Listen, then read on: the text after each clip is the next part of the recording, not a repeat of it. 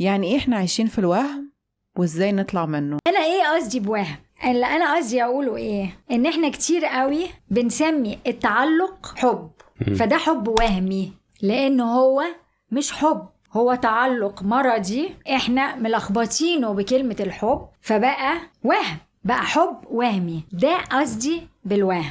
معنى تاني عميق جدا للوهم هنتكلم فيه النهاردة، وده مهم جدا وجزء من اللي احنا عايزين نزود فيه الوعي علشان نبتدي نتعذب في علاقاتنا اقل وما نعيش الوهم اللي احنا عايشينه ونطلع منه. لما انا اكون بتخانق مع مراتي او مع جوزي، تخيل ان هي او هو بيعمل فيا حاجة معينة، والحقيقة لما نبتدي نشتغل ونشوف ايه اللي بيحصل، البني ادم اللي قدامي دايس على زرار حاجة بتحصل جوايا، والزرار اللي اتداس عليه ليه دعوة بالماضي بتاعي، بحاجة كانت بتحصل لي زمان. فاللي انا مسقطه على البني ادم اللي قاعد قدامي على انه هو اللي عامل لي المشكلة، ده برضو جزء من الوهم.